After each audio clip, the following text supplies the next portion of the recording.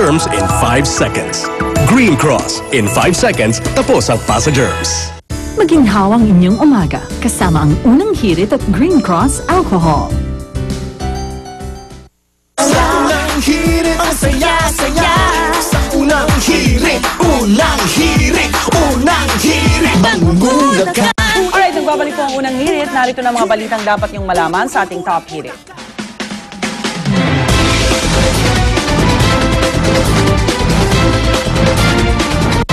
Inaasahang ilalabas na po ang resulta ng laboratory test sa 4 na mga biktimang tinamaan ng kidlat sa San Mateo, Rizal kahapon. Dumaraing pa rin sa sakit matapos magtamo ng mga paso sa balikat. Si Mark Vincent Morales, isa sa mga biktima. Bukod sa kanya, sugatan din ang kanyang ama na si Manolo at kapatid na si Ulysses. Dumaranas din ng pamamanhid ng paa ang isa pang biktima na si Alfredo Cristobal. Ayon kay Cristobal, malakas daw ang ulan kaya sumilong muna sila sa isang kubo sa barangay Santa Ana nang makarinig sila ng dagundong na parang may sumabog. Matapos ito, bumalagta na raw ang iba pa niyang kasamahan. Dead on arrival naman ang isa sa mga biktimang si Jepoy Cariaga nang dalhin sa St. Matthew's Hospital. Wala, kamaan ka ng What are the chances nga ulit? napakalayo ng Saan ka napakalayo? Halimbawa, nasa open, nasa bukid ka. Huwag daw sa puno. Huwag sa puno, huwag sa may yero, mga bakal, Huwag sa may tubig. So magpaulang ka na lang. Siguro nga. Kailangan building talaga. Parang talagang Parang kumbaga sa loto, ikaw yung natamaan. ganun ka, grabe yung Alam chance mo, nakakita na ako matamaan. Yung ano dyan, parang talagang sunog na sunog yung katawan. Buong katawan, ano? Pero buti sila hindi naman sila na grabe. Pero hindi mo siya pwedeng hawakan din agad. Dahil talagang ano siya, Meron pang mag-usok siya. Pwede ka rin Grabe. ma-electrocute pagka hinawakan mo agad. So, dapat pag ganun, naantayin din talaga. So yung tinatamaan actually ng kidlat, yung highest point. Diba? So ngayon, sabi ganun yun eh, di ba? Para yung highest, di ba? Nasa kubo ka, tapos may katabing puno, mas mataas Yung yung puno. puno yan, yan. O ito yung sila. Siguro sa solo lang ito. Sa ilalim ng kalabaw. Hindi ko na alam, di ba? Sa ilalim ng kalabaw na. Kaya talagang takot sa kidlat eh. Correct. Samantala, ito naman po isang elf truck na may lamang mahigit 50 tangke ng LPG ang nagliyab sa southbound lane ng Sukat Skyway matapos pong tumagilid dahil umano sa pagputok ng gulong nito.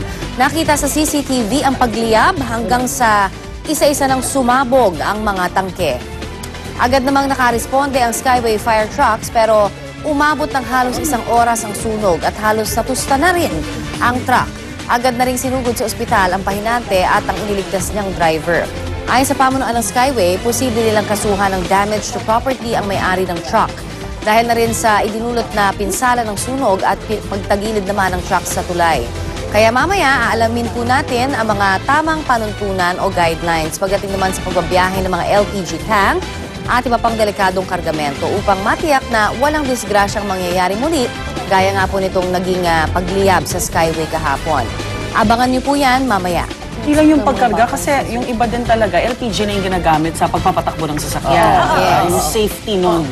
Diba? And in this case, mga taxi, LPG taxi. ito kasi yung kaso nito, yung sumabog yung gulong. Negligent talaga. So talagang merong Sumabog sa yung maintenance tangke. part, meron na silang sablay doon sa pag-maintain pa lang. Masyadong sealed yung mga tangke.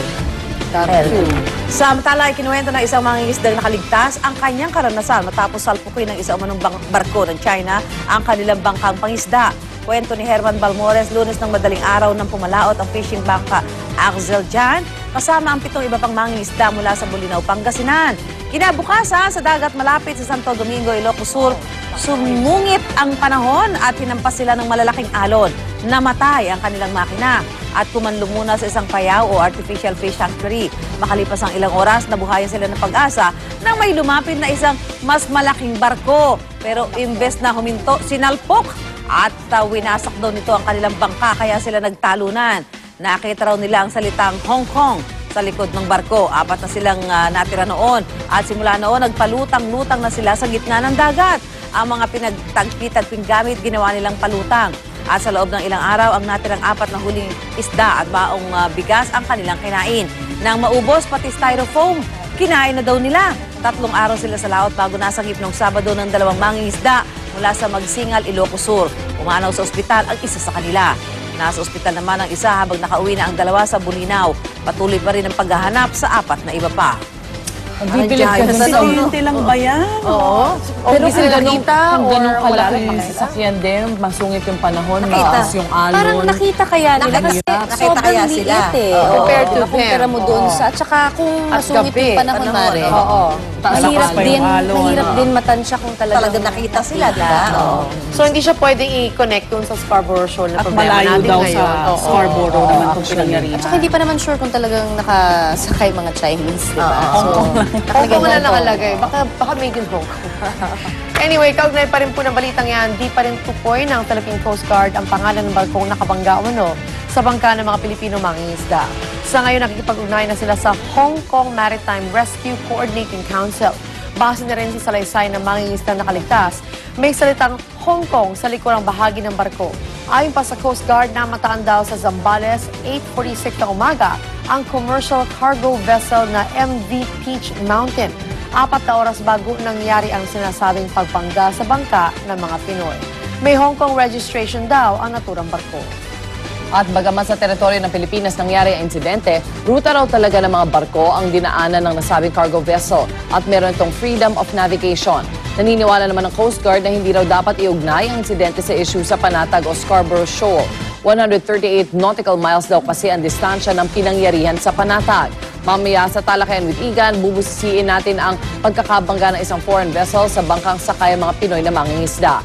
Maaari po kayo makibahagi sa aming talakayan, mag-post ng inyong opinion at tanong sa official Facebook page ng Unang Hirit, facebook.com/unanghirit. O kaya sa pamamagitan ng Twitter, hanapin lamang ang @unanghirit at huwag kalimutang i-add ang aming hashtag.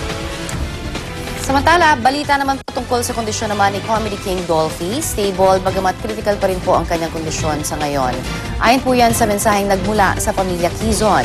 Malaki raw ang naitulong ng isinagawang tracheostomy kay Dolphy para maging stable ang kanyang vital organs. Pero, mababa pa rin daw ang platelet count niya, kaya siya nagkaroon ng hematoma o pasa-pasa sa kanyang katawan. Mababa rin ang kanyang potassium level sa katawan. At matapos ang matagumpay na dialysis itong weekend, nakatakda muli siyang isailalim dito sa mga susunod na araw. Hindi man nakaharap sa media ang ilang miyembro ng pamilya, patuloy pa rin ang kanilang paghingi ng dasal para sa kanilang padre de pamilya. At para naman sa pinakahuling balita sa kondisyon ngayon ni Comedy King Dolphy, nakatutok sa Makati Medical Center si Salima Refran. Salima?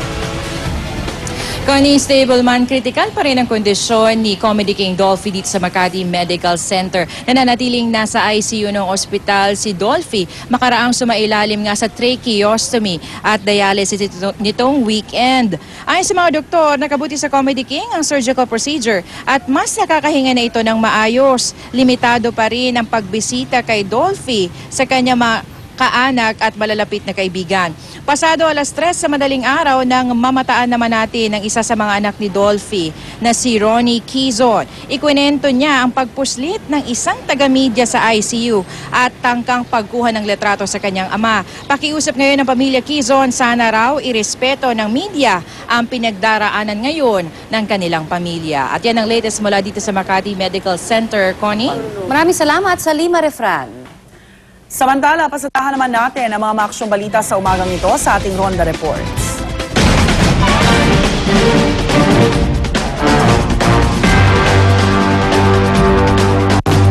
Huli sa CCTV ang ginawang pagnanakaw ng isang babae sa isang ospital sa Ilocos Norte.